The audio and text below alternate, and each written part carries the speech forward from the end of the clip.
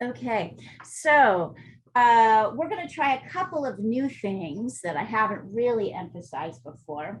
One of them is that we're going to try to paint this whole thing, draw this whole thing with our paintbrush rather than starting with the pencil. The shapes are fairly simple. I think we'll be able to do it.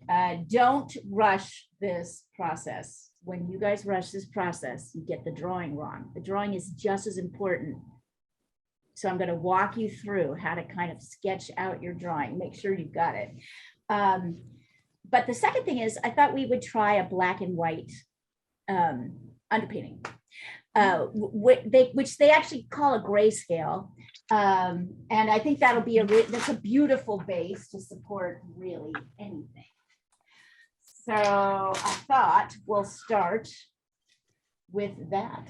So here's our black and white. I'll send you a picture of it before we go.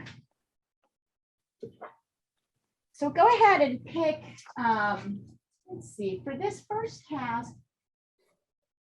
I'm just looking at what brushes I have. No, not that one, it's a little too big. You don't want the biggest brush, but you also don't want the smallest one. I've got something about this size to do your sketch. Remember that your sketch doesn't have to be too fancy. Oh yeah, Diana, that's coming along. Now your job is to make your dad look not like Igor. You know what I mean. I'm not insulting your drawing. I'm not insulting your painting in any way. You know, I know you can do this. Yeah, it's still some ways to go. Yeah, no, but it's come a long way. And as I said before, I like the way the flowers are described, not too much, but enough. And I love how the fabric of the dress is showing a little bit of her skin coming through. So for those of you who are able to see on the thread, and I'll have my video editor put this up as well, if you look really close, yeah, you can't see it on here. You'll have to just look at it. There's these areas where Diana's kind of brushed in skin color and then a little bit of blue on top, but she hasn't totally covered that up. That might seem simple, but it is not. It is actually very elegant brushwork. All right, so here we are. As usual, we'll start with our kind of box here. And at the highest point of this painting, I'm going to draw a line. So it's not at the halfway point, right? I'm really going, the halfway point would be about here. I'm really going to where the highest part of the painting is, so we can start to figure out how to use head measurements. So if I look here, so actually, where is the halfway point? Can you guys figure that out by holding your brush out or your pencil and measuring? Where's the halfway point? Somewhere around when the beak is curving. There? Like more or less a little bit, maybe higher. Maybe a touch higher. Let's see. Yep, a little touch higher. So this helps us, right? Even though it's not an obvious, sometimes we're lucky and at the halfway point we get kind of a, yeah, that's about right, about here. Sometimes it helps to find the halfway point. I don't know, just to like give us a sense of kind of where things are, even if it doesn't fall in a very obvious place, right? Sometimes it falls like right here. In this particular case, it does not. And then the only other thing I really want to check as I'm sketching this, so as you're sketching in your bird, you're going to want to make sure, let's see, this line, it's a little bit taller, just a touch taller than it is wide. Can you see that? Touch taller than it is wide. So we're obviously going to bring this bird all the way to the end on either side. And then I'm going to add a little bit of extra here to make sure I have the height. So my height comes up to, as I come and measure, my first measurement is going to be here. Sorry, make sure you can see all this. My first measurement on mine is going to be about like that. So you can see my brush is sticking out just a little bit past the edge. And then I'm going to come up here and kind of mark this little area. And then I'll draw the line.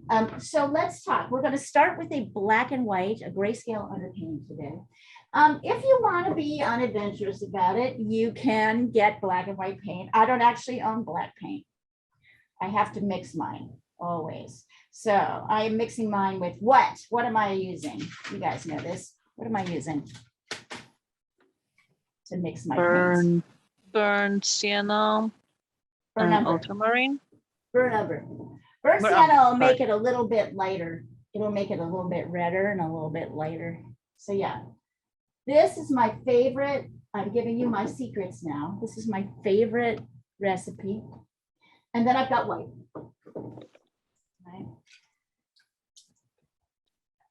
So I'm going to start. And like I said, be careful. This is deceptively easy. It's going to be easy to put the beak in the wrong place. It's going to be easy to do a lot of things that will muck up the drawing, which will muck up the painting. So make sure you're still, even though we're not using a, we're using our brush. Okay, so I'm going to mix ultramarine and blue. Sorry, ultramarine blue and burnt umber. So I have a nice dark. You kind of see it here. I'll take a picture of it. There it is. You might notice that like sometimes when you mix it, there's more brown than blue. And sometimes you'll notice it looks kind of bluey. Well, the answer to that is always to just add more of the other color in till you get a balance right, something that reads a little bit darker. And then I'm going to come here and make some marks, some beginning marks. So I've started with my kind of end here, right? I'm measuring just a little bit wider than the height. And I'm kind of guessing where this, I don't know, it's about 1, 2, it's about a third of the way across. Here's my highest point for my little birdie. And yeah, actually, this is literally 1/3 of the way across.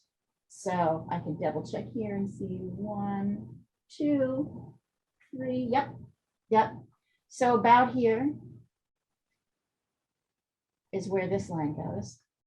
And then as usual, I'm going to sketch. Oh yeah, and then I also want to find the halfway point. I'm going to mark that with my brush. Now you're going to mess up and that's okay. I'm messing up too. Here's my halfway point, just to help me remember where things are. I know my beak comes down lower than my halfway point, right? Does it come all the way? It really almost comes to the quarter point, just below, just above. And notice I'm still sketching in just the outer outline.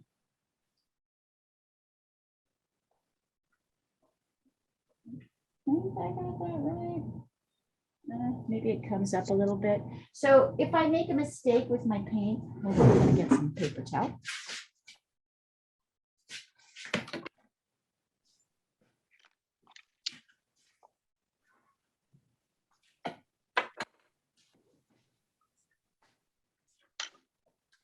Yeah, already I'm looking at this and I feel like this needs to come up higher. So see how I'm kind of wiping it off while it's still wet? There we go. It comes up a little higher here.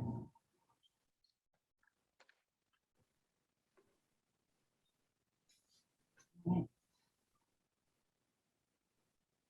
Remember, I'm very intentionally, and this comes kind of right below the halfway point. I'm actually going to mark that.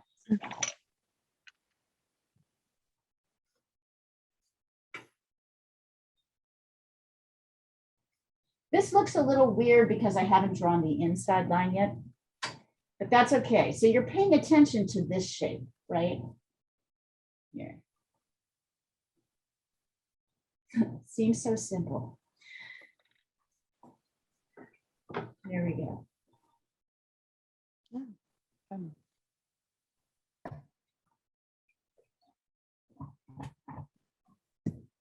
And then once you've got that sketch in, you can get a little bit more paint and you can start sketching in the major, right? Dark and light shapes.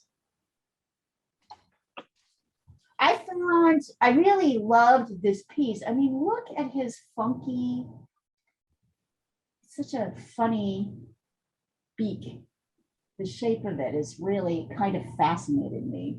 There were a lot of pieces to it, a lot of curves.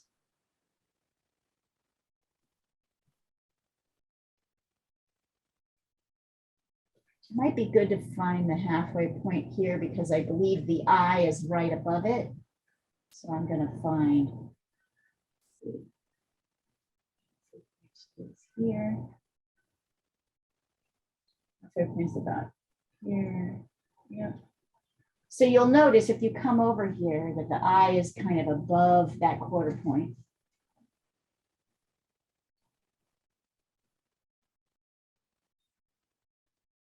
Mm-hmm. It's smaller than you think it is. Oh, little guy. It's just cute. They're just little characters, aren't they?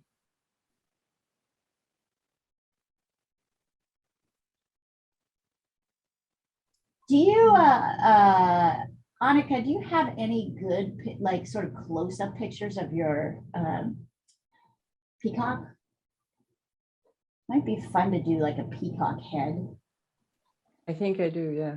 All right. If you can dig them out and send them my Okay. way, that might be really fun to paint as well. Okay. And then notice I'm kind of sketching in as well the dark and the lighter shapes. So it's kind of lighter here towards the top, down here. And then there's these kind of little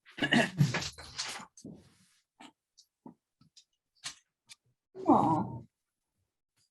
Hey, sunshine. And this doesn't, go ahead and Diana, send in anything if you want me to take a look at it, but I feel like you've got this painting well in hand. Yeah, no, I haven't done anything yet. Yeah. You sound sniffy. Do you have a cold? No, I think it's allergy actually. Oh, well, fun. It's very windy outside, so I guess a lot of shit is flying around. And I was outside for half an hour before painting. So I think it's just allergies. I do not feel sick the least. Just snippy. Yeah, it's that time of year. Frank is the same with the allergies. My eyes are itching. All right, well, you guys are working on this. I'm gonna go make myself one more cup of coffee. I got a little late start on that today. I'm still not convinced I have this shape right, so I may, well, we'll see. And by the way, let's not put him in a cage. Let's give him something more interesting. You can make him surreal like Ani and put him in a, you know, little bar. If you have ideas, yes. Let's think about this background. I like that. Think about the background, and I want you to think about how to make it support. I'm gonna make it silver. Ooh, fancy. All right, I'll be right back.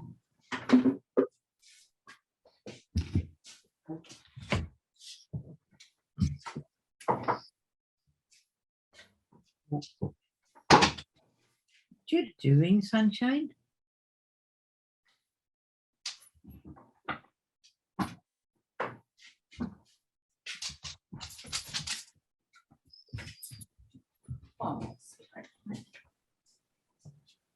Okay.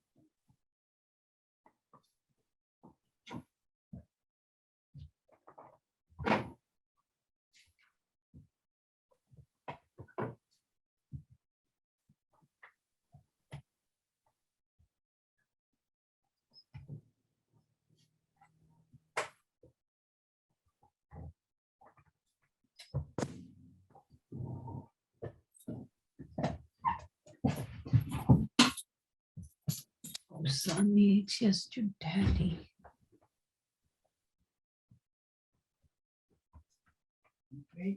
Yeah.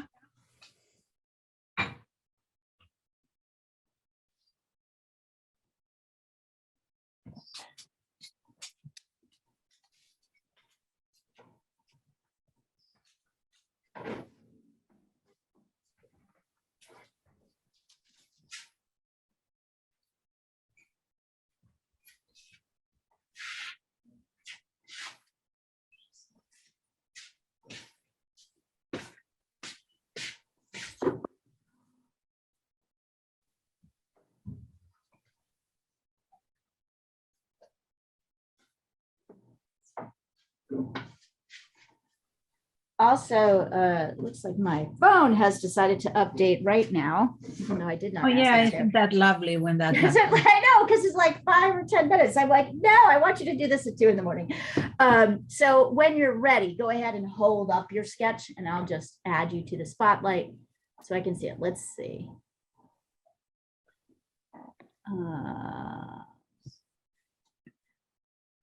Okay, can you hold it up just a little bit more so I can check the bottom? Okay, 1. Yep, that's in good shape. Looks pretty good. I did that. Look a little bit at this shape right here, but otherwise, listen, I'm just being picky. Not like, All right. I'm not being like, oh, this is totally terrible. It needs to be fixed. I'm being No. picky. I think I will have to work a little bit on the beak because it's a little shifted. It's There a is little this sweet shifted, part yes, that- and we that can you get that talked about. in. We can totally get that in the next layer too. So don't worry too much about it. Just be aware that one of the that it's just easy for like things to be, you know, for things to go off, right? Like it's just easy for things to go off. Annika, when you're ready. Oh, here we are. Let's see. Beak sticks out too much, huh? Should be straight all down. of That's the- the wrong shape. It's just the wrong it's shape just at the top. everything is the, so number 1, the head is too short Hmm. for the body, right? So I want you to go back and remember, this is what I meant by paying attention, right? This is more than halfway down the, look, so number 1, here's the first line. Your first measurement is here, right? You want to make sure that your line is a little bit more than the edge of the paper, but not too much, right? Just a tiny bit. Go to the top. And then, and that this top will be kind of 1/3 of the way across. And then the halfway point, the beak is here. This is the halfway point right here. This, oh shoot, that's up the LPT brush. Dang it. All right, I have to put that away. Put this on. Mess it up. Here, I'm gonna do this in blue so you can see it. This is the halfway point, right here. So you see how your measurements are off? You tried to guess, and then No, you I tried to didn't. add, well, you tried to add a little bit more or something, but anyway, Okay. the measurements are off. You tried to add maybe at the bottom. Something happened, and like, so it's kind of, you've got to place it at the bottom first, going up, and no, and don't go up any farther. Okay. It's okay, Annika, this is the hard part. Getting this down is like super hard. If you guys are done, you can start coloring in, you can start coloring in the darks, doing a kind of block in values painting, And right? you know, look at me, how many times I'm changing. Yeah, things. yeah, listen, yeah, it's just part of the ball game. It's not an Yeah. insult. It's not meant to say you're not good at this. This is just part of the process. You Yeah. lay it down. And when I'm telling you you're mismeasuring, what I'm saying is I'm seeing where you're not paying attention to the measurement, right? Like where you missed the measurement. Measuring is like trying to build IKEA furniture. If you miss a step, you're fucked. I let my husband do that. Right? So you miss a step, you're fucked. That's like really just the truth of it. If you miss one step, you do not have the whole thing. So this needs to be commensurate with this. That's the first thing that needs to happen. The darkest part of this painting is this beak here. Then we've got, I'd say, a 4. So you can add a little bit of, here, sorry, you can't really see it down here. You can add a little bit of white. You can see I'm adding little bits of white to make a kind of slightly lighter. And I'm kind of streaking, even though I haven't started my blending yet, I'm still kind of streaking it. I sort of am. I am starting my blending even though I haven't. I don't think there's really anything else darker. And then I'm just adding more light to create my midtones.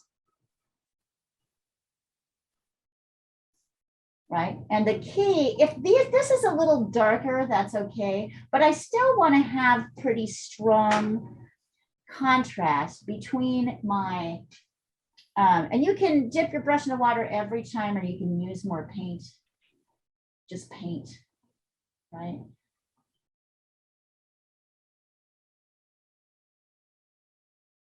This can be a little bit darker because we're working with acrylic. Oh, now you've decided to turn on. Thank you, phone.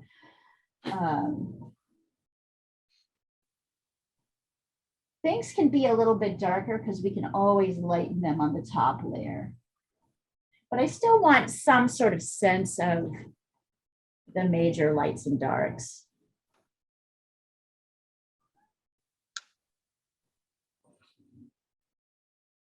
I think these and these are kind of similar. It feels like a 2.5. It's like a 3, maybe a 2.5.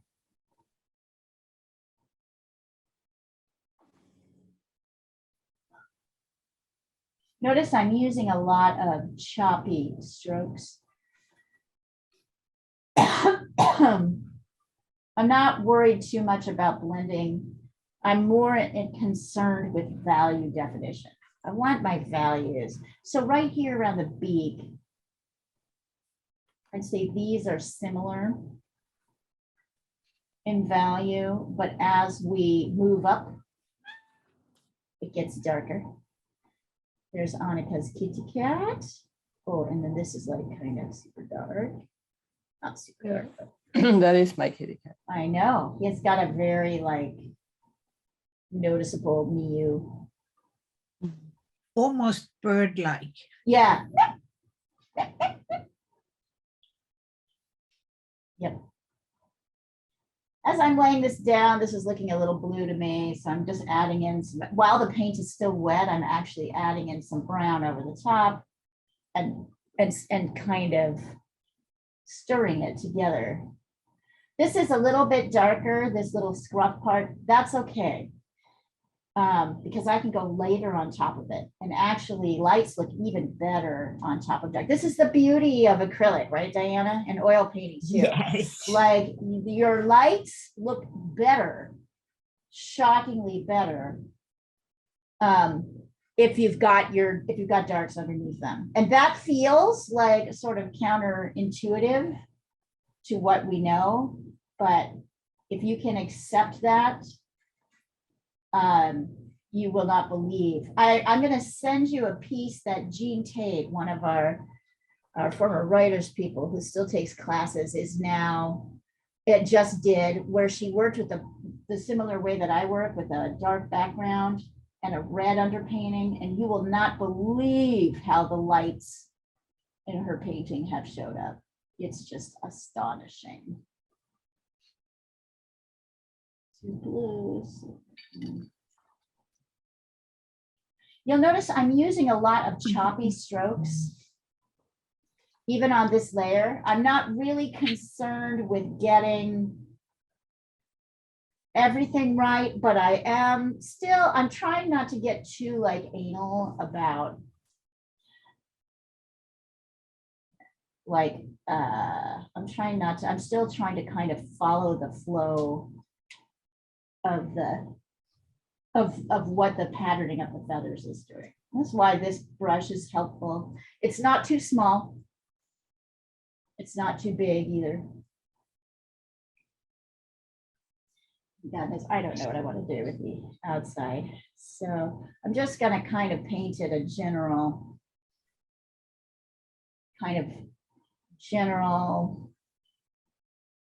mid-tone until I decide what I want to do with it.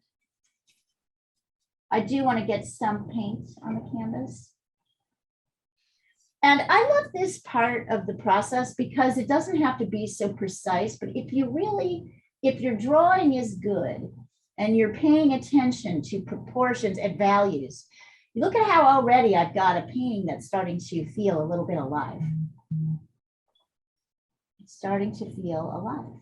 And I like that. That's like, aw, lovey guy. Aw, I miss you. There we go. So there's our black and white base, or maybe slightly brown and blue. This is our grayscale painting. This is always an acceptable way to start a painting with a grayscale, because everything looks good on top of this. So if you're like, I don't know what colors to use, the grayscale is always valid.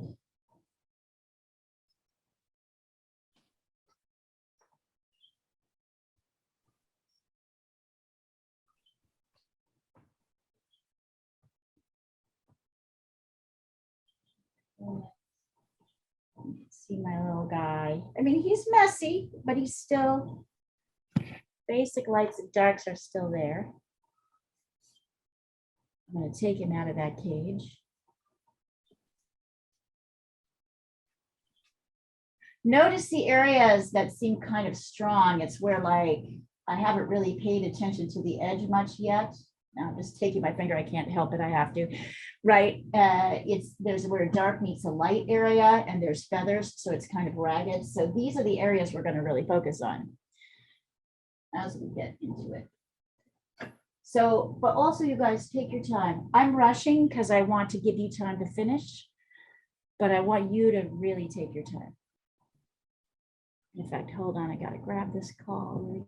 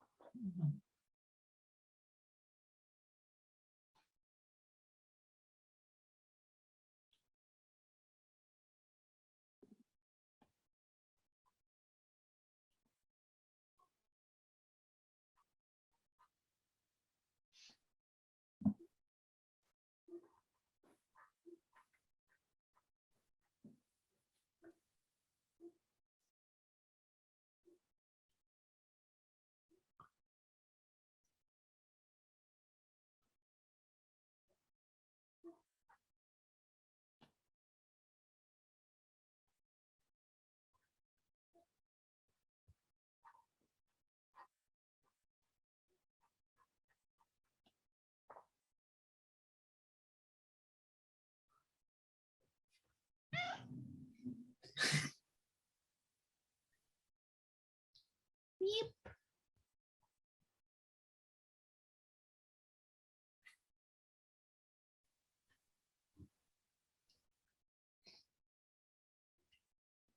Are you all packed, Annika?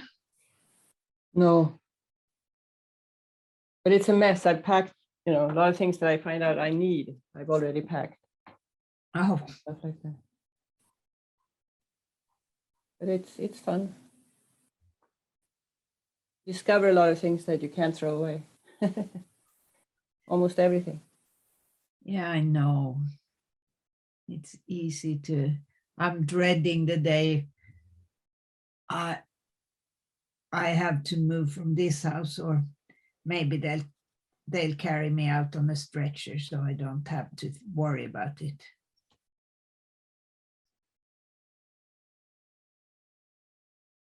You think it's easy that, well, we do not have as much stuff as, in Sweden, it would be awful. But here we've kind of always known we were going, Yeah.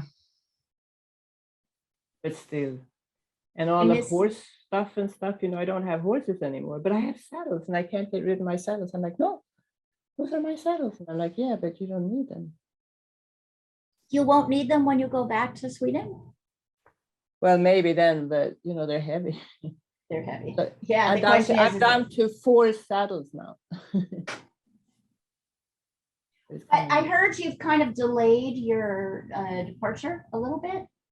Well, we're moving towards San Diego, and that's now in, but the big move- Really? You're moving to San Diego? Yeah, When? that area. Now? Yeah, in June. In The June? place Why? called Rainbow. It's a place called Rainbow. Oh, tell us more. Well, it's a Why? beautiful place. You wake up in the morning and you see the mountains. It's so, the air is super fresh. It's beautiful. It's just Oh. really, really beautiful. And we're renting the house from a guy who lives in his barn, and he's a sculptor, and he makes incredibly nice sculpture for public places. Oh, that's a great place. So you decided, you got a chance to do this, so you decided to stay and do it Yeah, instead of going part of straight it back. was, it doesn't seem like a good time to be moving back to that area right now. And Very good point. no, but I mean, I don't want to sound like an asshole that wouldn't go back because I fear Putin, but it's just the, and for other reasons too. We did get an Right. extension of the visa, and I have another year before I retire. Right. So But you still, but this kind of starts the process early, so you can kind of start the paring Yeah. down process, but have this great experience as well. What a wonderful thing to give yourself. What a gift. yeah, I think it'll be Congratulations. good. You're still going to come to class, of course, right? Yeah, Okay. and I'll be sitting on the porch in this beautiful place. Oh, how wonderful. I'll be very inspired. Hopefully.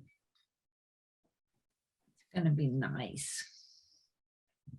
You'll observe I'm kind of like fixing some shapes as I'm waiting for you guys. I'm sort of moving around and making sure I get my eye in the right place, making sure I'm just sort of fixing things a little bit. There's a lot of like fixing, even though I haven't started on the top layers yet. There's still a lot. Well, I'm glad you're getting that experience, Annika. I think it's wonderful. And I think it's a great way to kind of gradually leave the country. You've been here a while, and it sounds like you're creating a little magic for yourself, which I just think is, I'm always in support of as much magic as possible. It Yeah. can be found everywhere, even in the fucked up world that we live in, it can be found. Right? It can be Right. found, it's everywhere. And maybe he'll give you some lessons. You never even know. You never know. He makes Will these you help? metal sculptures from like strands of metal, huge Yeah, maybe he needs some help or something. like that, coyote, which and would he's be- making horses, and they're mostly in like harbors and public places. He has one statue in Italy. Good for him. Yeah. He's doing well. But I mean, we're not going to hang with him. You don't know. You might. Well, Maybe you he don't needs know. help. Maybe he needs help. You never know. Artists always looking for like assistance and help, and particularly on big projects like that. You never know. I'm just saying. Yeah, but he seems like a very nice guy. And it was very hard to get to rent when you're not have a super steady income. And Right. he picked us, so that was nice. That's even better. It's My the God. hippie vibe. It's the Yeah. hippie It's completely hippie. Yeah. Thank God for the hippies. He and my husband are talking about the guitars and their amplifiers and what they're gonna Oh, play. there you go. You're gonna see him. You're gonna see him. Don't be surprised.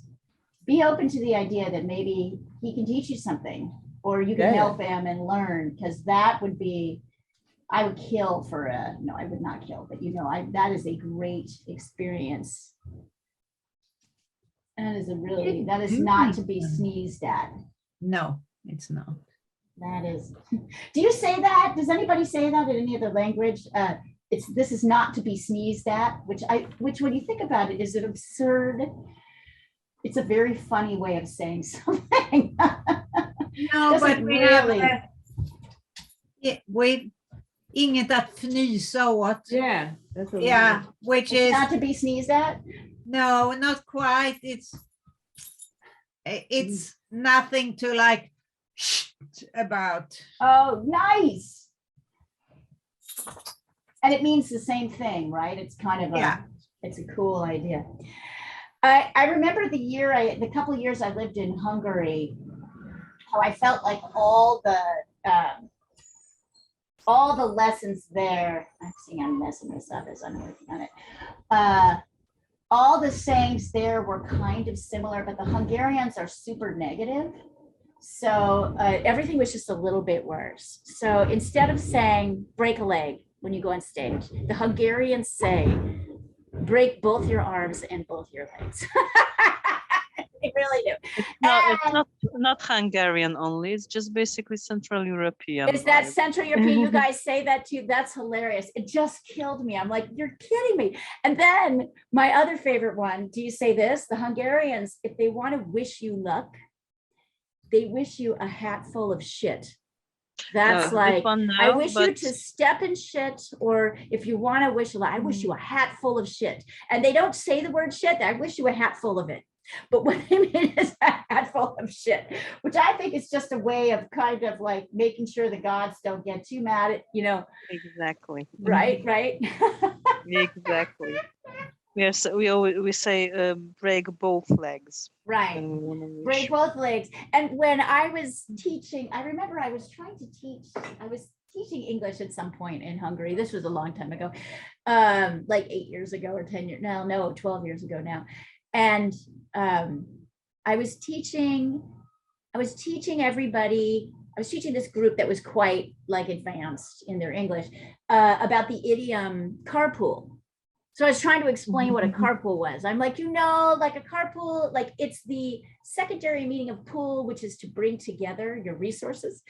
And in this particular case, it means that you drive to work together in one car and you split the gas. And they all looked at me, and one of the Hungarian women said, yeah, that wouldn't work here.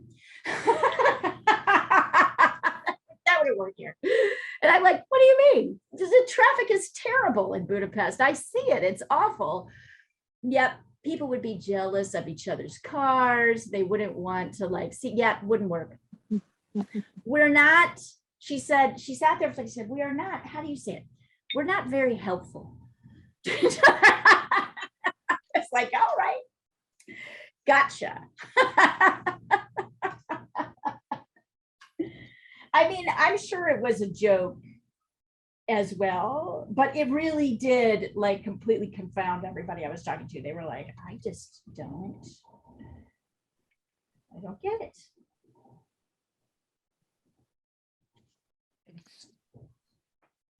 It's funny because when you're talking about the hat full of shit, from Frank, I hear like his dad used to say, and no, they were Italians, they would say, shit in your hat and punch it. Do you know that, Amanani?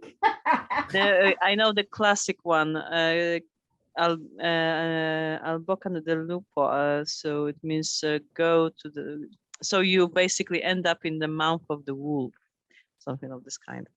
So not yet. But still, sending someone to be eaten by wolves. Oh, Yeah. right. We say something Well, similar. we do similar in Sweden. We have a similar expression to that. We do too. We'll put you out in the forest for the wolves. To get you. And we say throw you to the wolves. We say, we'll throw you to the, they threw me to the wolves. All right, when you guys think you can go ahead and send across the thread. When you think you have the face painting done, let's see. I just did. And then what you should do is get up and make yourself a cup of tea or pour yourself a drink. Yes, that looks pretty good. So you will work on Yes, so you will work on like kind of rounding this out on the. Mhm. Yeah. I had a little bit of an issue with this too. If you don't notice, I kind of shaped off a little bit.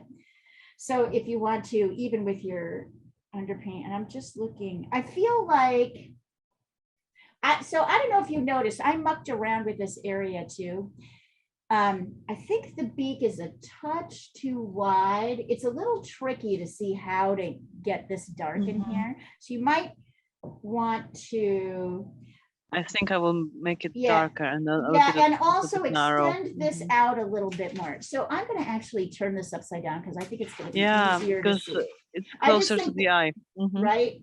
Yep. So take a look Yeah. at this shape, and I think it'll be easier to see if we turn it upside down. It's really good. Like I said, I'm just being persnickety, right? I'm not like, because I know this is basically good, but I played around with this. There's something about, there's kind of a slant here. Like, kind of goes like this. And notice the Mhm. relationship of this dark to the edge of the beak, right? It comes out a little Mhm. bit more. It's easier to see. It's really our only dark, right? I can even see some things I need to do. Mine's a little bit, but yeah, notice I pulled mine in a little bit because I thought it was too thick. It comes to the edge, but then this comes out a little bit more.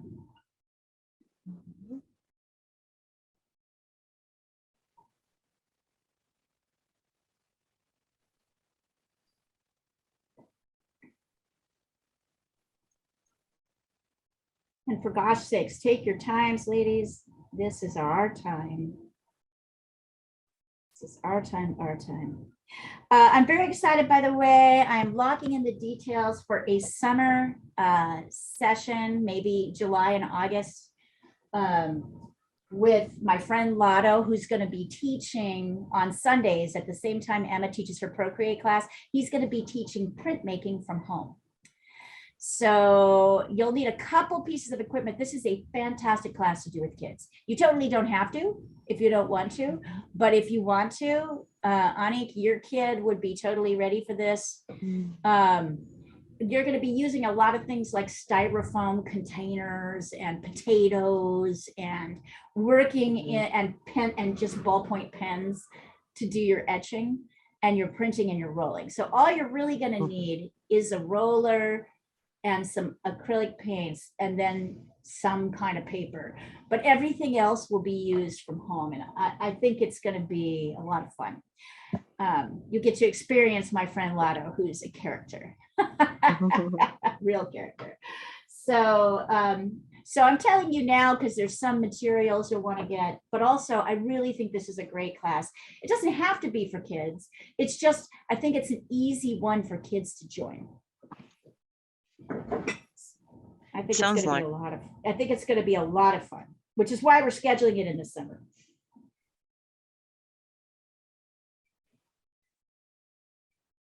Does it look better now?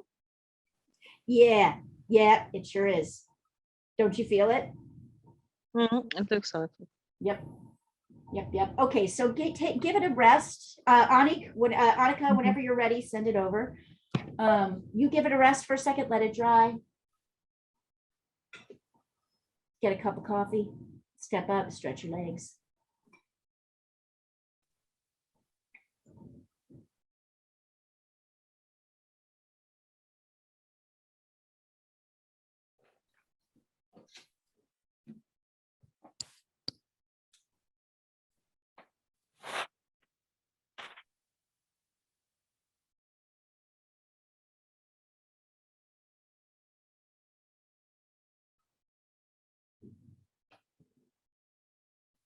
It's a good idea to do them black and white first.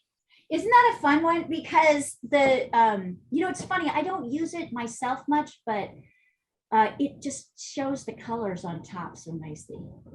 Yeah, and it's also easier when you do a value painting. It's easier to grip for, I think. Yeah, I agree with you.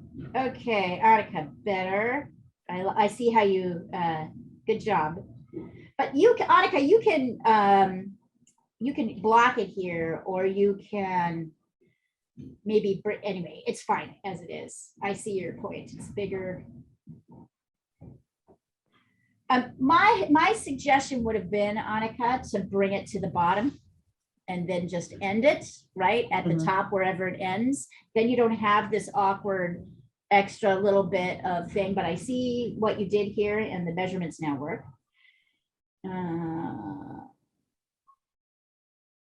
I'd like to see a little bit darker. I like to see these midtones a little bit darker. And I also feel like I don't think the eye is in the right place. If you look at it. No, you're right. Yep. So work on it upside down, but you got it there. I guess just in the next time, remember, let's try and make this something where it's simpler, right? So you don't have to deal with things you can't see. It just ends here, and then you've got a little bit more border on top, but it's nice. Also, this is light and this is darker.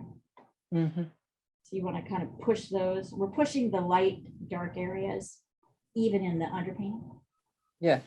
Yeah.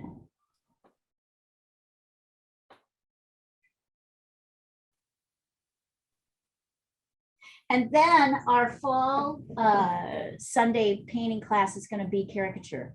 I have a caricature artist working.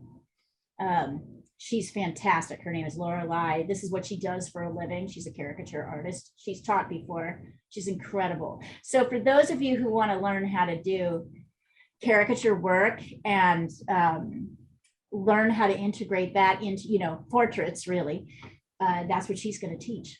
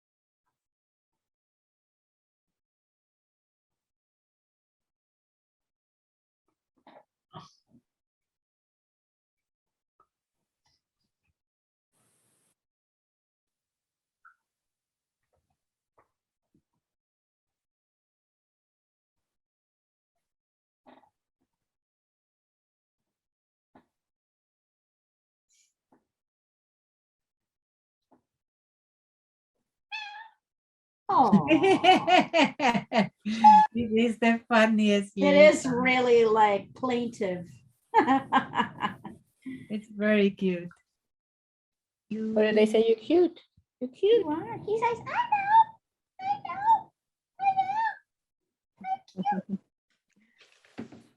I know. Mabel has a very funny little meow. It's kind of rusty, like, I'm gonna throw him out. sounds a little bit strangled. Not throw him out. Moving on.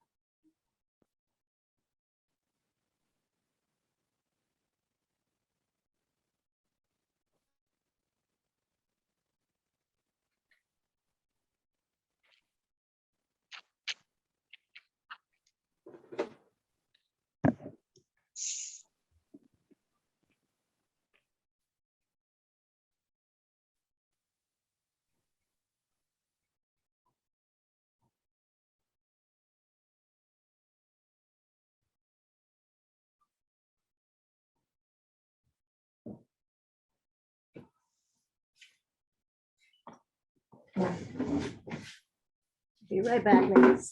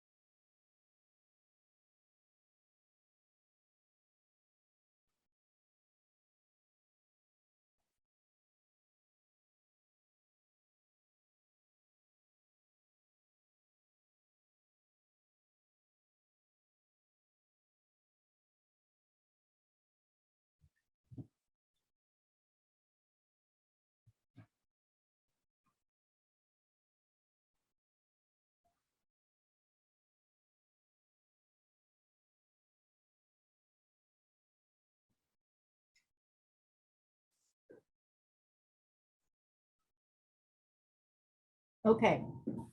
Anik, if you are ready, and you're probably already going on, I think when this is dry, the thing to do would be to glaze it. And if you want, you can glaze it green and then put the reds on top. And then we will talk about it. Mine isn't quite dry yet because I kept mucking with it. I need a little bit more time and then I'll do the glaze myself. But if you're ready and yours is dry, try glazing it a green. And then we'll talk about mixing the reds. I think we're going to use 2. And keep that, give yourself enough green, because of course the green will mix with our reds to kind of do our shadowy areas. As we always do. But yeah, start with like a kind of fun green glaze.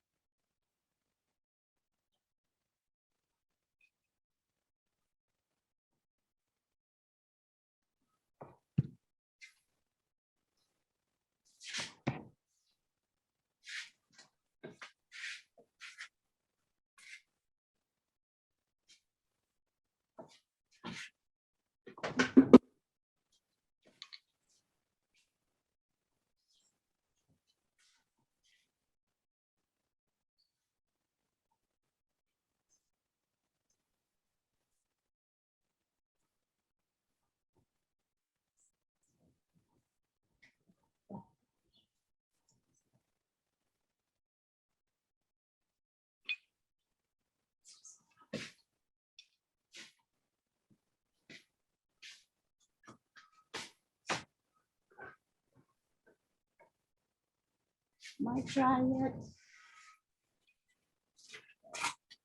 So I think I'm dry enough here. Try this. So yeah, my suggestion was to try. So for glazing, of course, I want the biggest brush I can find.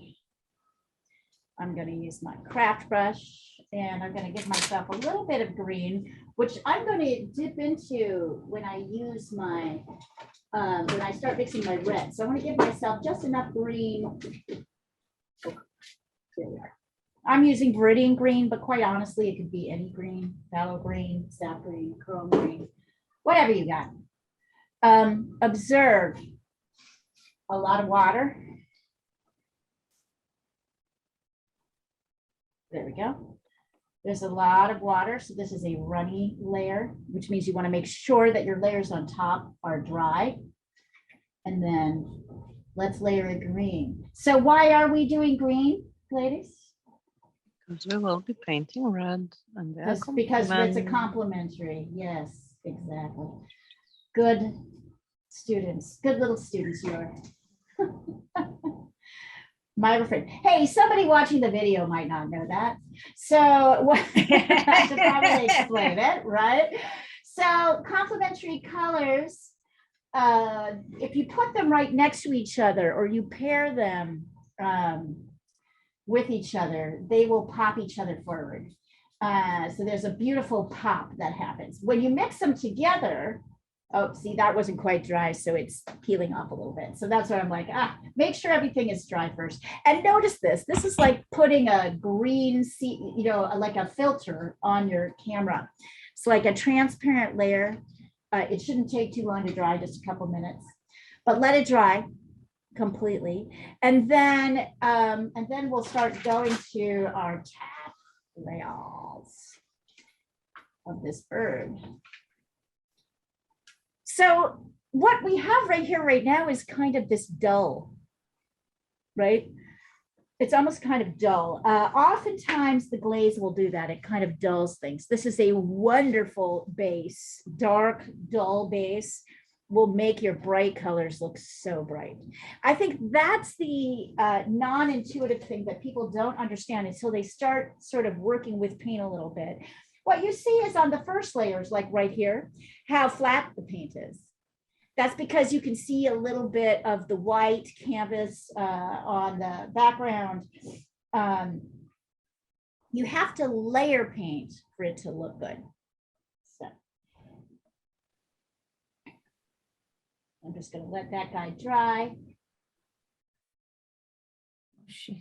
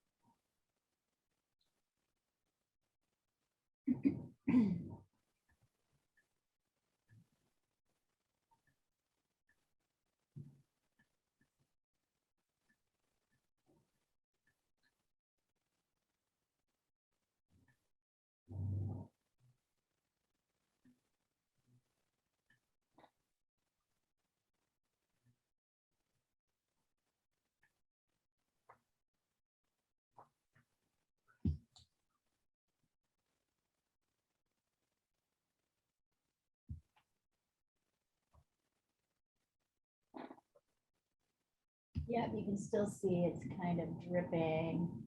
Like I said, it's kind of gathering at the bottom. In this particular case, it's kind of running down hill, but notice how it kind of changes things in an interesting way. It sort of mutes, pushes back. Some areas of your painting need to be pushed back. So this glazes do a lot of things. You can glaze many, many, many times over your paintings. You can glaze partial parts of your paintings, one thing, but very often the glaze will help kind of push your darks back by muting them a little bit so that you can lay your lights on top and have them really come forward.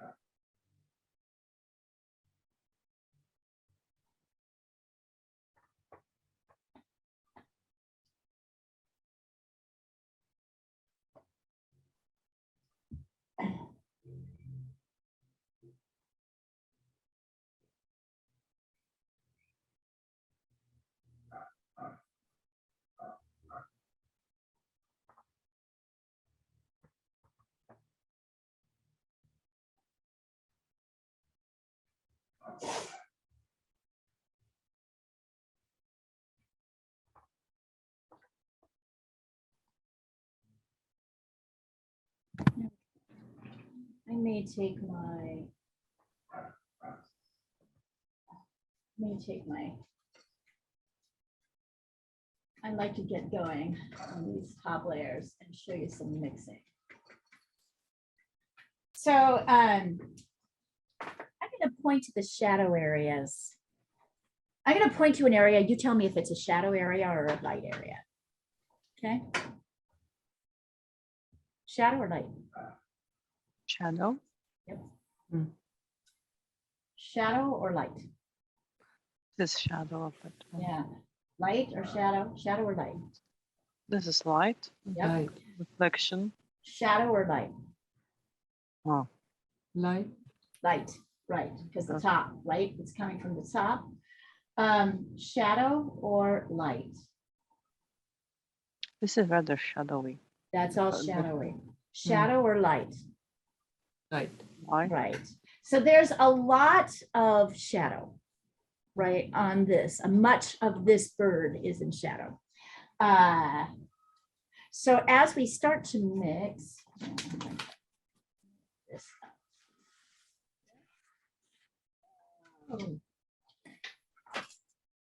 bring up just a little bit more. I want you to be able to see some of the mixing. What reds do you see? Is this mostly a warm red bird, cool red, some combination? I think both. Yeah. The combination. So like where there's a more shadow, it's going to be a little bit cooler, and then above the beak, that's more like cool red. While, Right. for instance, the neck on the right side, it looks like with orangey a little. Yeah, yeah. So I agree. So we're going to be practicing mixing both sort of cool reds and warm reds. So I am gonna I have cadmium red light, which is one of my favorite warm reds. That's cadmium red light. And I'm gonna add some alizarin crimson, which is a really actually, oh, Jesus, I just got paint all over my leg. Hold on, sorry. It happens. Oh my God, I like pushed it out anyway, everywhere. It's everywhere. Just, okay. Pull it together, yeah. So this alizarin can actually go either warm or cool. That's what's interesting about it. And then here's a couple of other colors that you'll need. You'll need your green. You'll need your green to be able to mix, create your cooler colors. So it's not enough to have a cool red. You've also got to have green. You're going to want white, but you're also going to want yellow, because lightening your warm reds, if you use white for your warm reds, that will cool it off. I think it's pink. If you want to lighten your warm reds, better to use a yellow. I'm using cadmium yellow, which is a warm yellow. Right, you get something. The thing about whites is that it flattens a lot, unless you use it very sparingly for highlights, right? Unless you use it. Sometimes I like to warm mine up. I always like sort of tint mine with a little bit of yellow, so it's not completely. But if you mix it, if you try to use it to kind of generally lighten another color, it's not going to work very well. So I've got a bit of all of those things. There's Viridian green, there's cadmium red, there's alizarin crimson. Here is a lot of alizarin crimson on my leg, just for the heck of it. It's not a blues, just to show you what I did. It's like, Jesus. Here. Yeah. It's not a bruise. I'm not being beaten.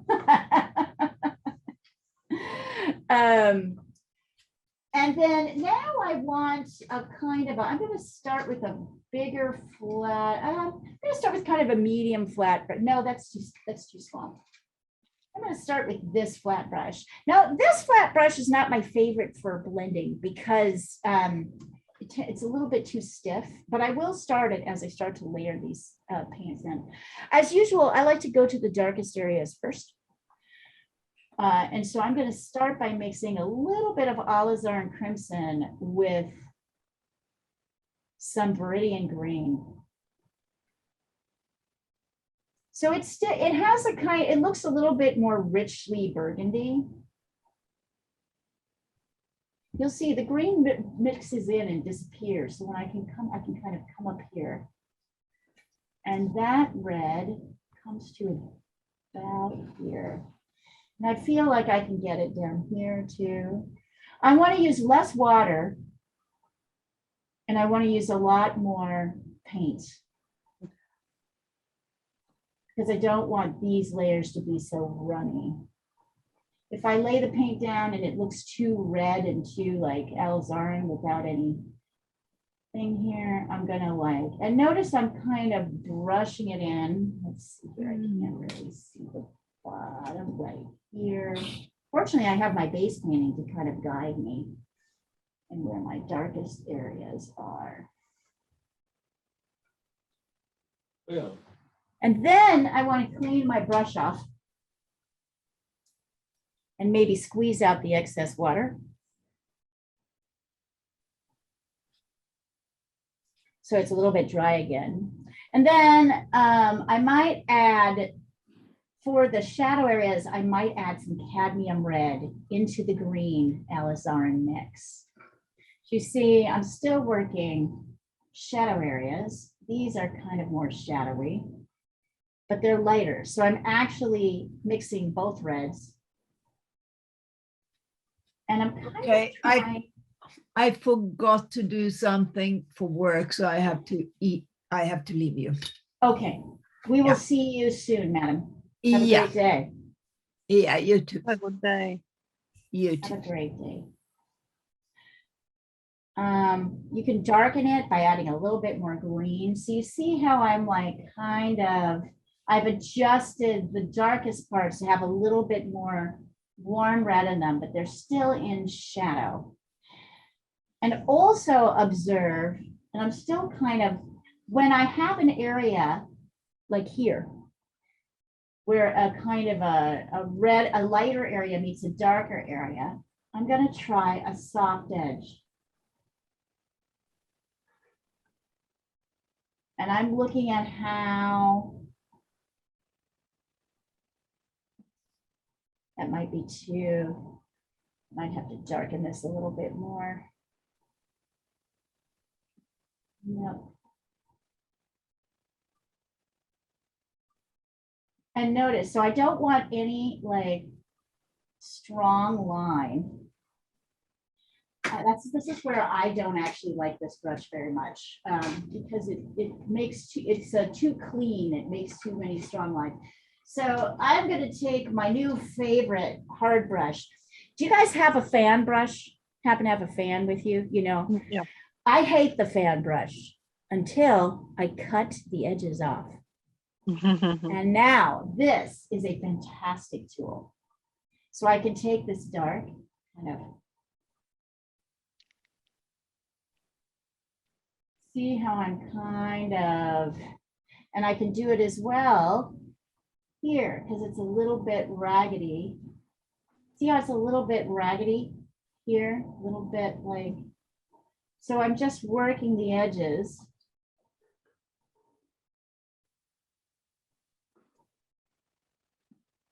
More here. I'm really just working the shadow areas right now because I've got that all here. It's all mixed.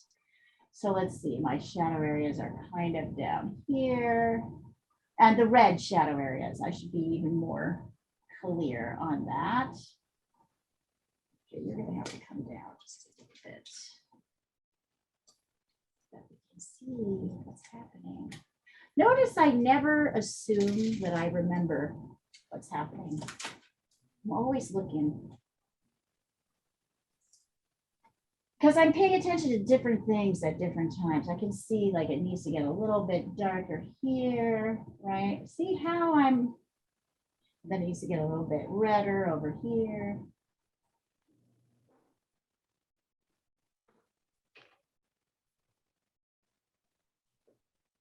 And how I'm trying to kind of soften my edges whenever a lighter area kind of meets a darker area. And I have actually two brushes in my hand. I've got this one in my hand. I've got this one in my hand to lay the paint out. And then I've got this one to kind of make the edges a little bit more raggedy because it works really well. I might have brushed in a little bit into there's a sort of whiter gray here. I brushed in a little bit, but that's okay. I'll go in right now and go back to my original gray, which is ultramarine blue and burnt umber. I still have some of that on my palette. Right. And then I can just come in and rebrush that in over.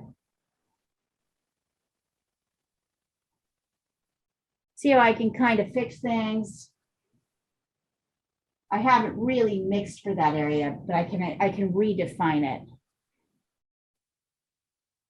And is that I can see it gets lighter here.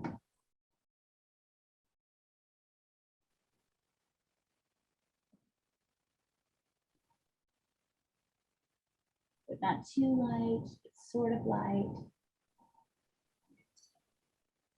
Notice I'm doing a lot of blending. I got a little too light here. I lost my dark. I do a lot of blending on my canvas. Meaning I'm mixing, I'm actually using my brush to kind of darken my colors as they need to be darkened. I lay them down and then I'm like, huh, did I get that right? Often you don't really know until you're there. Did I get that right or not?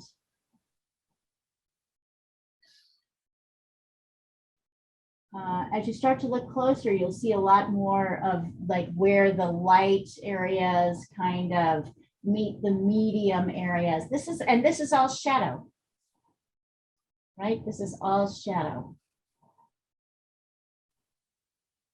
That's the area that I'm working. I'm kind of starting to get there. So I like to do a lot of, not everybody's like that. Some people like to plan more, and I don't disrespect that at all. It's not my way. I mean, I just like to, I feel like for me, color is not so difficult. So I can kind of see it, if I can adjust it better, if I can see it. But some people will do all their mixing on the canvas until they get exactly the right color and do it that way. That's also okay. It's just, it's not my way. I like to test and see. It's all about relationships. Like what you mix on the canvas might totally work, but it may not work for these other areas. I can see that also I can make this a little bit. This is kind of red, and then this area is, this is more red.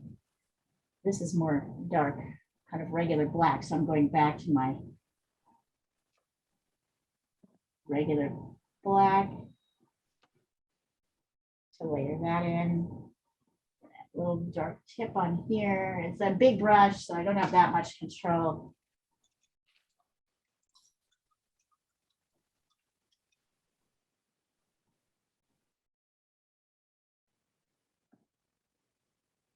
Sometimes you can lighten, sometimes you can affect the contrast by going to the light area. Other times you need to go to the darker area. You need to go to the darker area and push that back, make that darker. Notice I'm kind of going back and forth.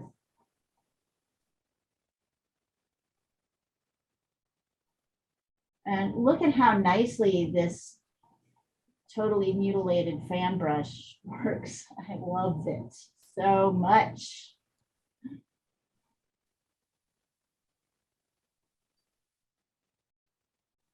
And I can see this kind of come back here. And then once I've got that, I can clean the brush off. Wait, hang on. I'm going to need to get some. Actually, I'm going to slow down and let you guys catch up a little bit.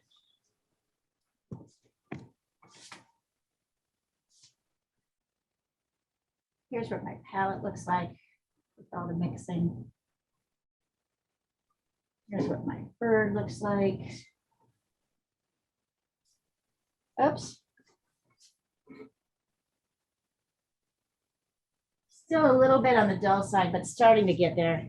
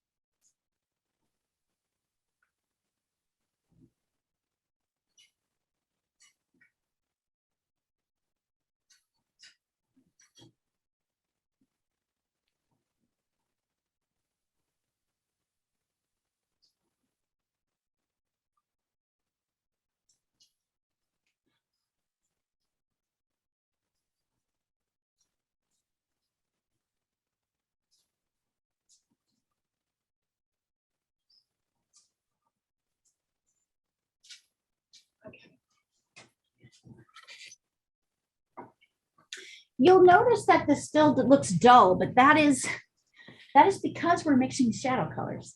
So they are a little bit duller. The fun comes once we get some of those shadows in. Now I'm like squeezing my brush so that the water is off, so I get some of the paint off. And now I'm going to go in with sort of a brighter color, a little bit of cadmium red with a touch of yellow, right? And I can lay that in down here. Although interestingly, it looks a little bit lighter. Notice what happens when I add white. Look at that, ruins it. Like,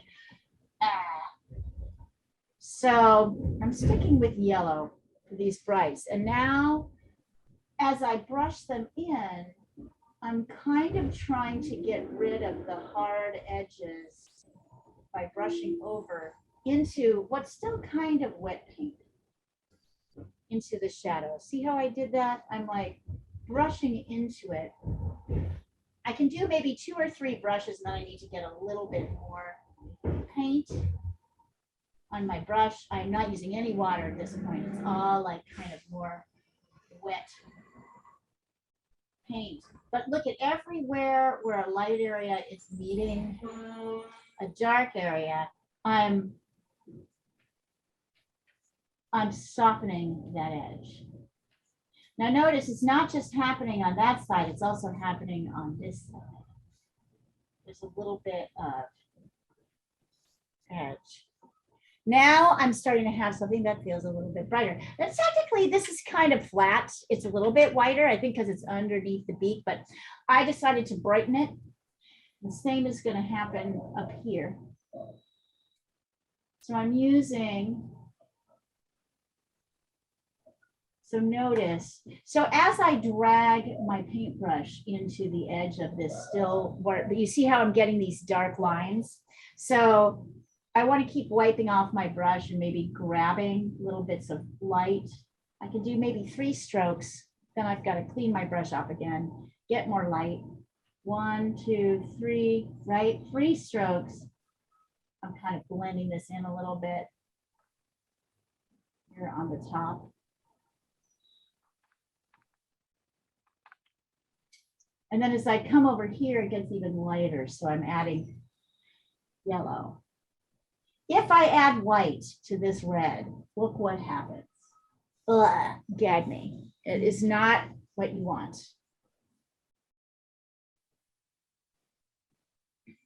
White can really ruin, white's a fantastic color, don't get me wrong, but it can also really ruin everything. So it totally can ruin the whole thing. Now down here, this is much more yellow, so I'm now pulling in yellow and making this more yellow, and I'm kind of dragging it over on this side. So you see now I'm starting to have, and I'm also bringing it over into the dark again. Kind of dragging my yellow down. This is kind of a yellow area. So see how now he starts, it's still a little bit rocky up here. We're going to have to do some things to reshape that. As my go-to when I don't want to think, is cobalt teal.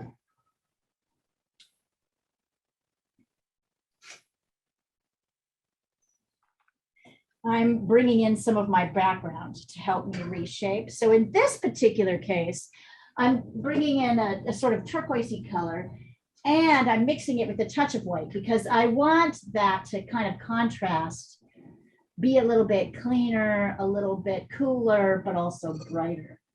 So look at what happens when I do this, right? Now I can paint in and reshape my head, which I kind of lost.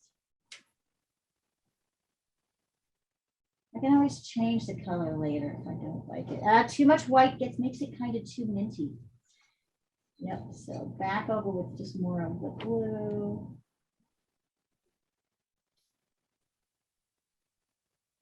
So you'll notice I'm employing the, now that I've kind of started to lay the top colors in, I'm also employing the background to help me shape things. And also to kind of help me see what I need, you know, how much detail I need to add to my actual birdie.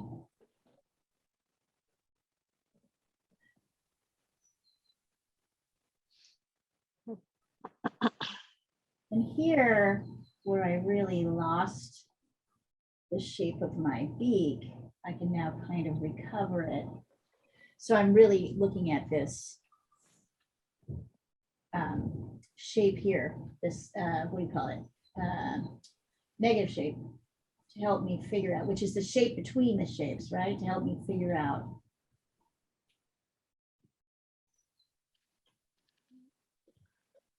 There we go. Oh yeah, and look at that. Look at what happens there. It's amazing, isn't it? I'm not even working, I haven't worked any detail yet. I have a little bit of detail, but not that much. It's just working the biggest shapes.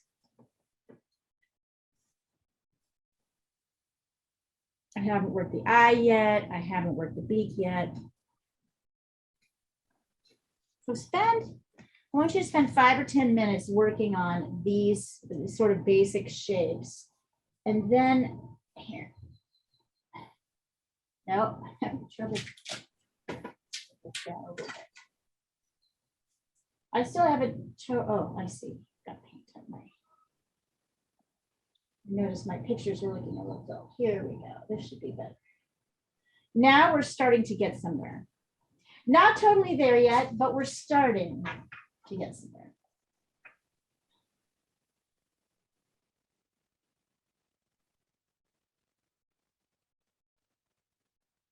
So the key here, big brush.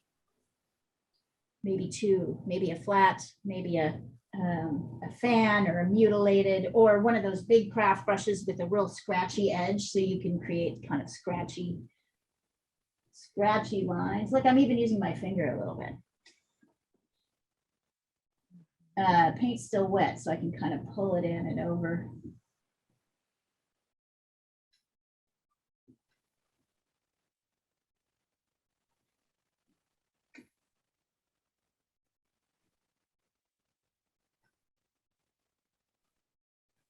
In the last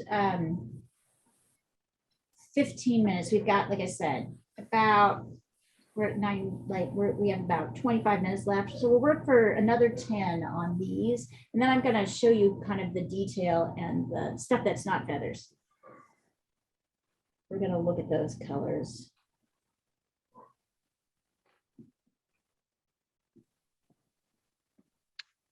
How's it going, guys? Are you enjoying?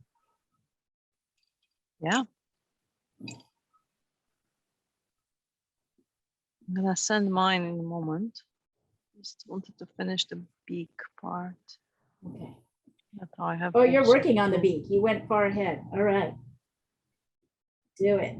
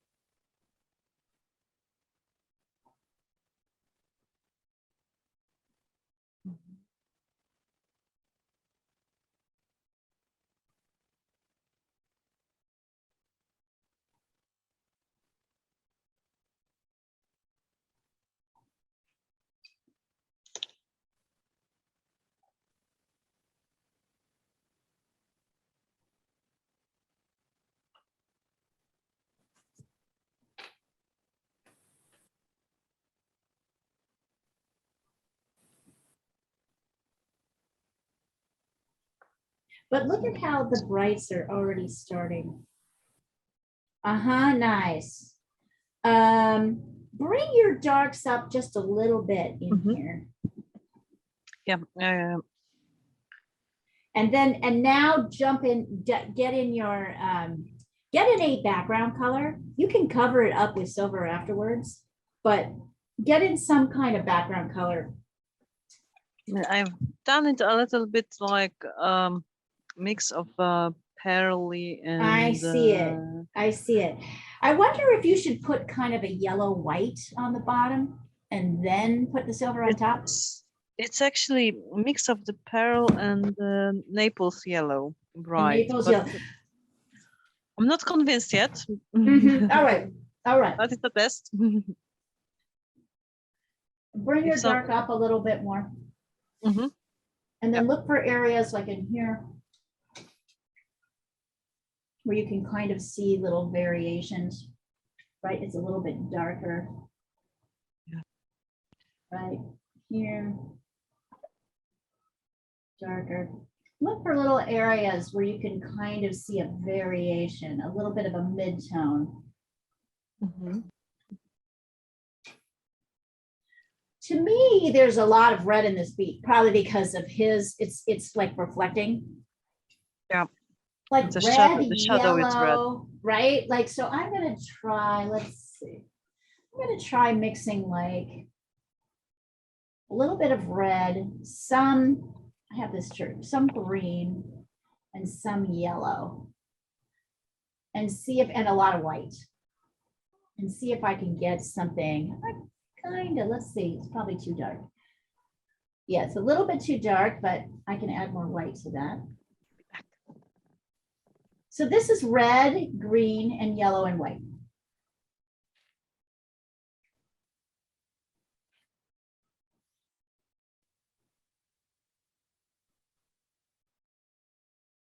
I'm adding green to kind of dull it back a little bit.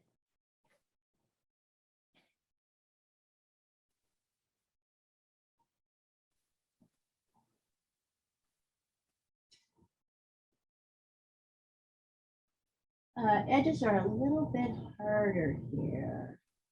And notice it gets a little bit darker, so I add a little bit kind of darker red down here, and I kind of brush it into, I'm gonna have to go in with some more dark for sure. So now I'm moving to a little brush where I can blend in a little bit more dark in here. See how I'm doing that with my little brush? Oh, don't lean on your painting. I'm actually also giving it a little bit of an edge. And now I'm going to kind of paint up over it so that you can't see with the lighter color, so that you can't see too, you can still see the gray, but you can't see too much of it. That's not bad. Maybe needs to be a little bit grayer. I might add a top layer, but I'm definitely gonna sort of pop my white in up here.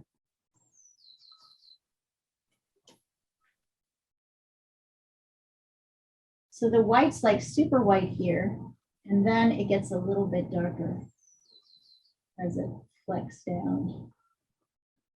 And the edge is pretty hard, unlike everything else. This really looks kind of like a purpley gray to me. So I'm going to mix blue and alizarin crimson together to make a purple. And then I'm going to add yellow to it and white. See if I get something that looks kind of grayish, maybe a little bit more blue. It's kind of a little bit more blue cast. So yeah, that works. That's kind of like, does it? Not so sure. I'm adding a lot more blue to it. But it started as kind of a purpley. I need to add more white to it.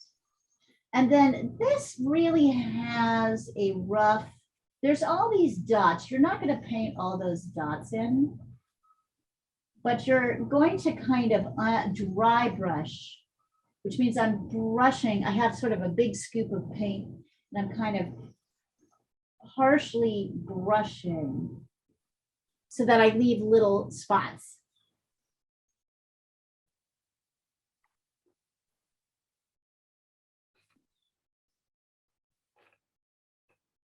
And listen, if you remember, you guys, to ask me if you get here. I'm doing this fast because we're kind of running out of time. As usual, even the things I think are really simple are definitely not. They've got a lot more going on than you think. I think that's a good beginning. And now the last thing, his eye is kind of, his or her eye is kind of greenish, light, very light green. So I'm going to take my small brush and I'm going to get a little bit more yellow. Fine.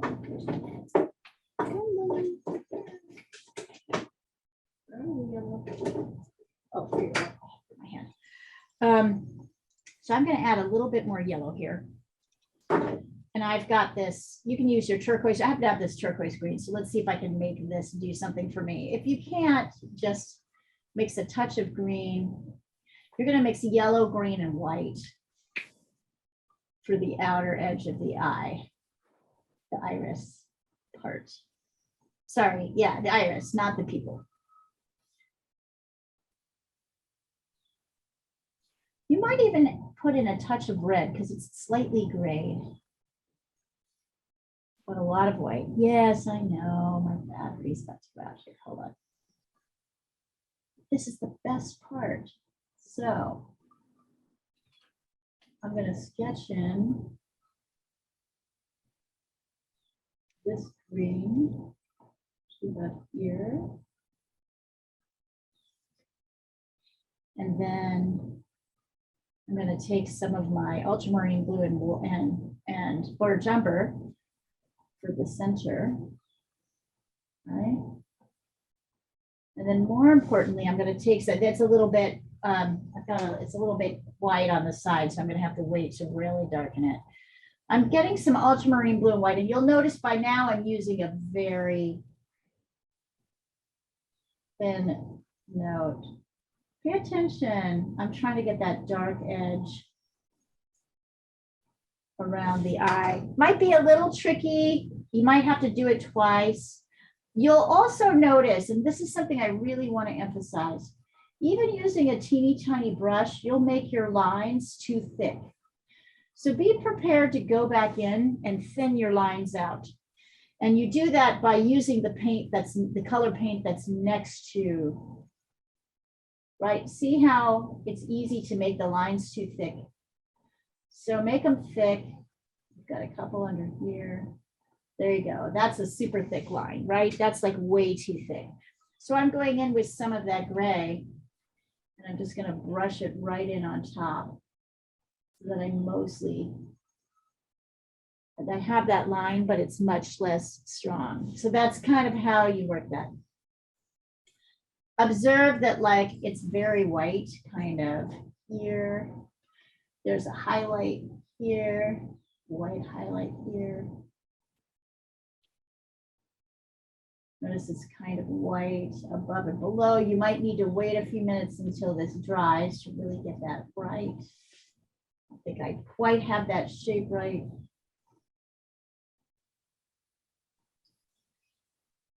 And there we go. We're starting to get there.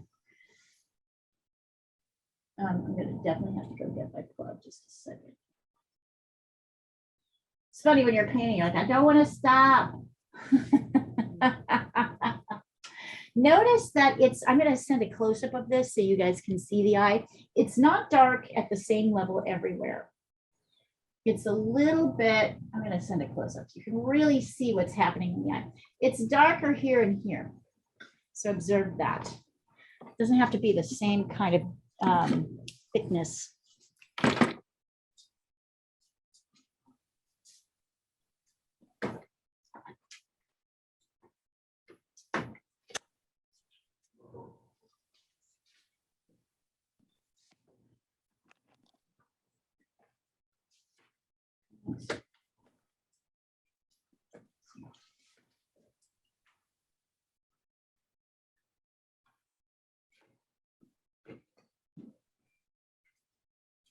Ah. Dang.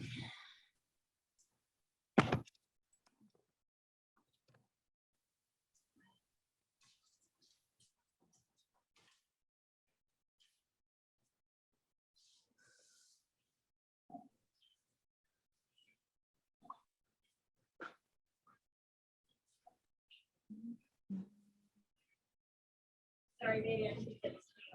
It's okay.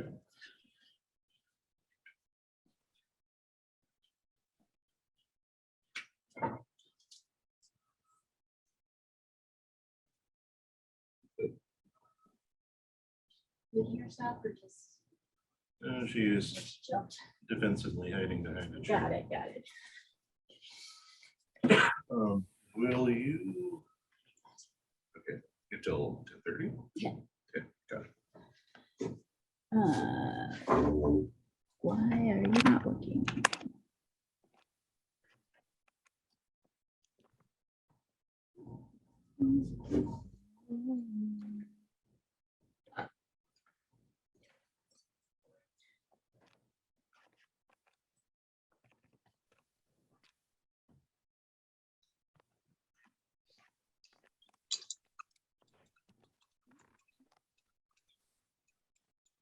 There we go. Are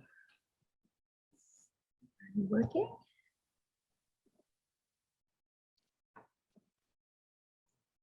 Oh.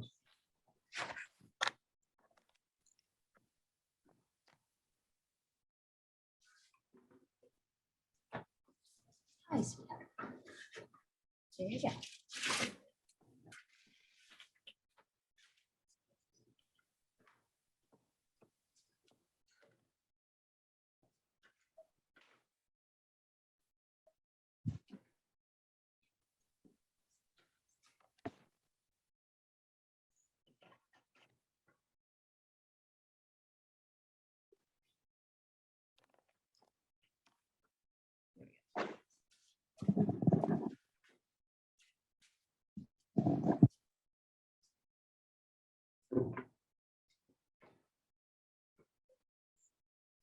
You can see the shape of my eye is kind of wonky. I had to wait for things to dry a little bit before I could get back in there.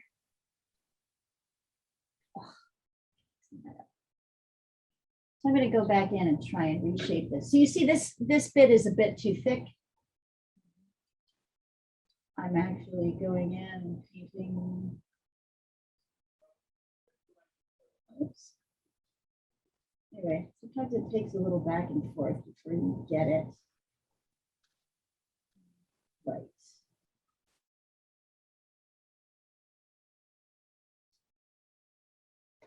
It's a little bit better.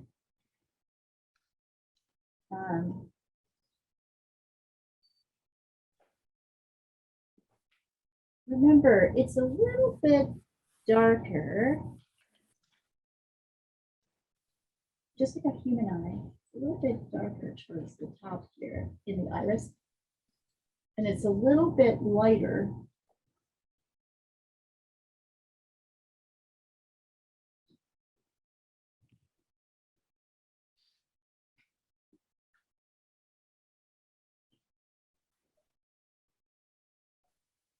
bottom. I'm mucking around. I'm not expecting really to get this absolutely right.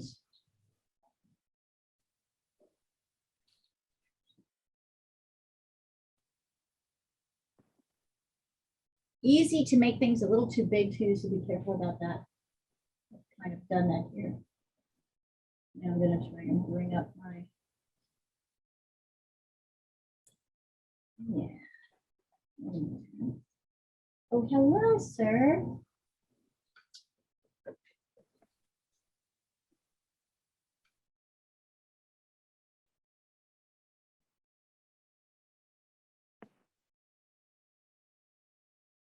You know, I'm kind of raising this up a little bit so that the eye isn't so strong. And now I'm going to take a very bright white bit of paint and dab it here. That helps. I'm going to make it a little bit lighter down here. That also helps. And then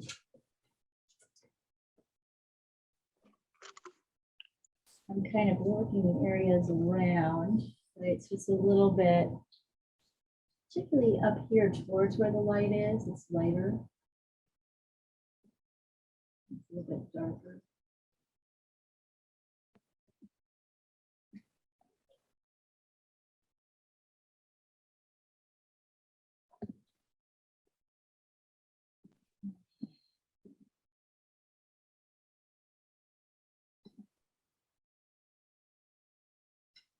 If I want to, I can add some of these lighter kind of areas down here. But I'm doing this a little bit more blendy.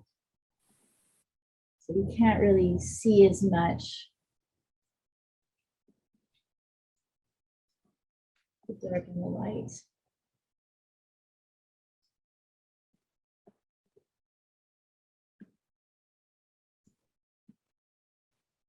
How's it going?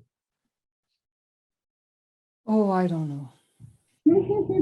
It's okay. It's always Yeah. that way before the storm. I had so many of my paints were too dry, so I couldn't get them out of the tubes. I had to sit and fiddle with that, and that threw me off Yeah. in the beginning. That's the biggest issue I have with golden, which I otherwise think is a really fantastic paint, is that the lids don't stay on very easily. Yeah. They always fall off. It's so annoying. So I basically just lose them all. And then I sort of, stick a edge of a brush in or a pencil or something to break Yeah. off that top hard layer. Yeah. It's annoying. There's It got to is. be a better way, but I don't really know it right now. Maybe I'll find somebody who's a golden expert. They can tell us how to deal with that.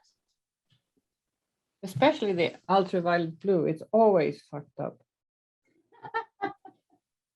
Then it comes out in annoying. clumps. Oh, but look at how nice it's already. He's coming along.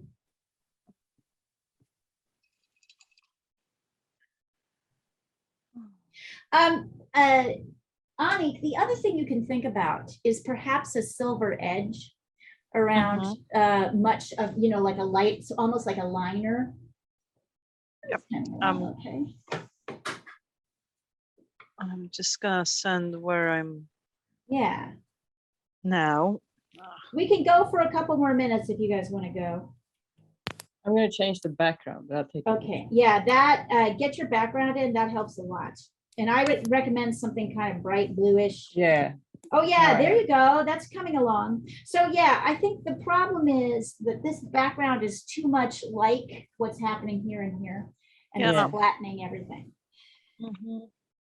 I like the brushwork that's happening down here. I like your brushwork down here. Remember, this is dark and this is kind of redder. So, and then there's like little edges. So just keep pushing. I would change the background color.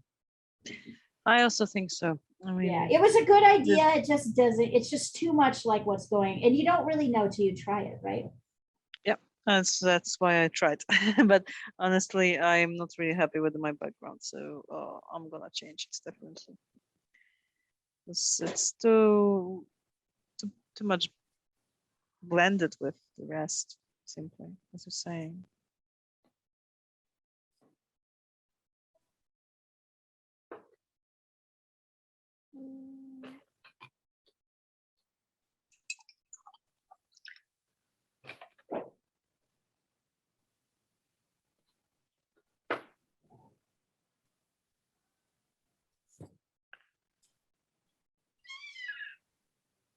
Oh, this eye is terrible. Yeah, the eye is a pain in the butt. I'll just tell you right now. It's a pain. Okay. Let's work another 5 or 10 minutes together. I just want to make sure you're all on the right. I don't want to leave you without having you. And I'm glad we did this because this was kind of simple in some ways and kind of not in Not others. simple at all. It's not. You would think it would be. Annika, don't forget to send us close-up pictures of your peacock fellow.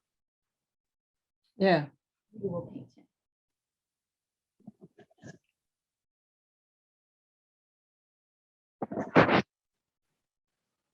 Oh, God damn.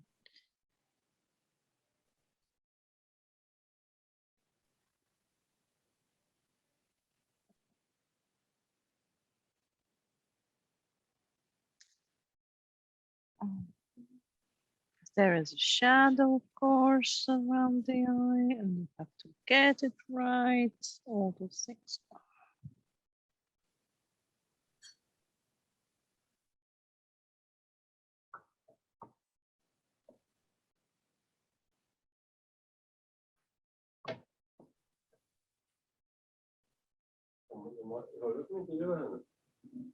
Vem? Hon ligger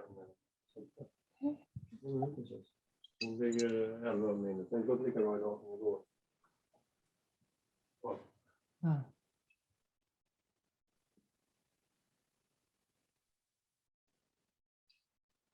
Yeah.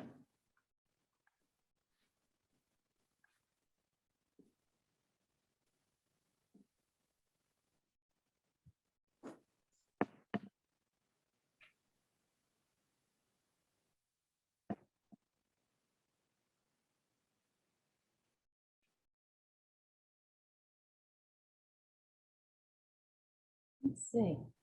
Ah, nice, Annika. Look at what that did, right? Look at what the just adding the background did. I'm liking, so now you want to work on softening all these edges here, right? Yeah. Which means you've got to make the dark wet and the shadow area wet and the light area wet again. Okay. It's really dark, except for this little area, all up through here. So it's all,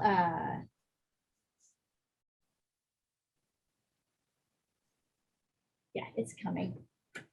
I really like how already this is starting to kind of glow, even though it's not done yet. Just because we've added in the basic elements. This, my guys, you can see them.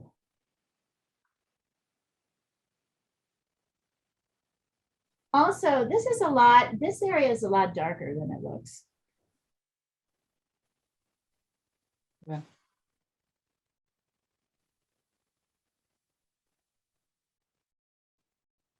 Good job, you guys. Thank you. Fun one, isn't it? It's a really tough one. It's a strange because it is, and it's just getting, because we've got subtle shifts happening here. Oh yeah, there is a kind of soft feathery thing, which I think might be good to take your fan or your desiccated raggedy brush. I've got some yellow, some red, and a touch of green, right?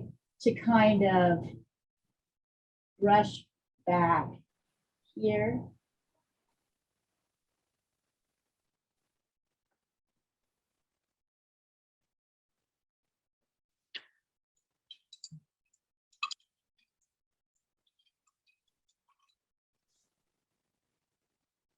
It is yellowy.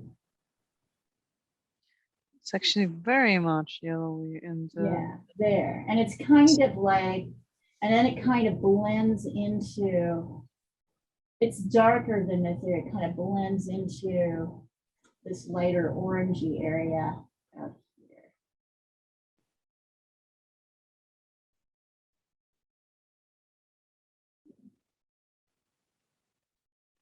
and the turquoise is the best choice. As always. Turquoise is the best choice, I'm telling you. It just takes all the guessing out of it.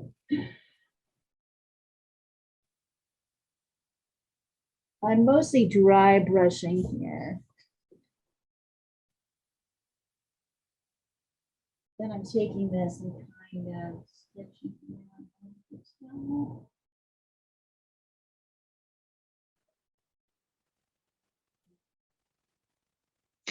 So my son just came back with his daddy from the playground. Oh yeah. In the kindergarten. They are singing Sound of Music songs while washing in Italian. Oh, how cute. Yep. Aw. You'll notice I'm kind of going over with my brush with all the light areas. Now I can kind of, and actually that helped a lot.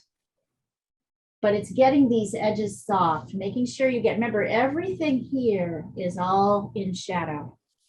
Except for a little bit this, and even this is shadowed. It's just lighter shadowed than darker. Everything up here is kind of in the light. But most of this bird is in the shadow. which means that's at least 3 more layers for me. Yeah, sure. Hey, whatever it takes, baby, whatever it takes.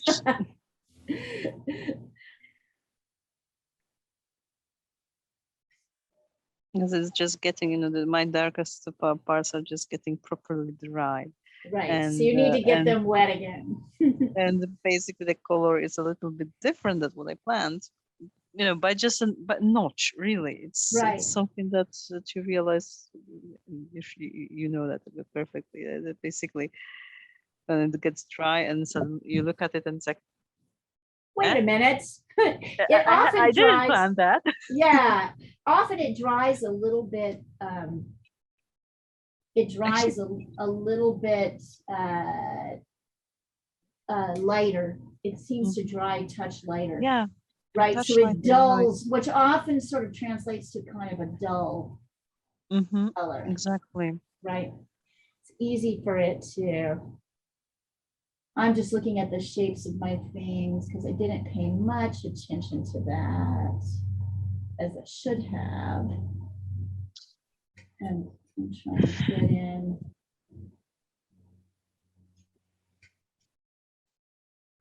Well, and the winner is turquoise. Turquoise, always turquoise. I'm sending over. Let's see. Getting there.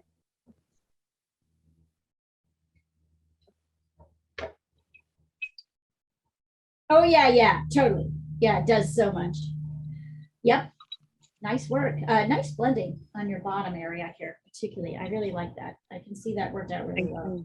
So you could go over with your brightest parts and kind of push them a little bit. You notice I just started doing that. And that's where you really start to get that,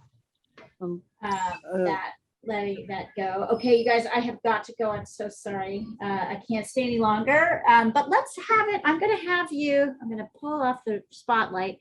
Go into gallery view and hold yours up. Oh yeah, they're coming nicely. Hold them up. Yeah, turquoise for the win. Blue and turquoise for the win. So just keep on working on these. Just keep working. Thank you, Leah. Thank you, Nice Annika. work, ladies. Have a good weekend. Bye. Yeah. Peacocks. We want peacocks. Yeah.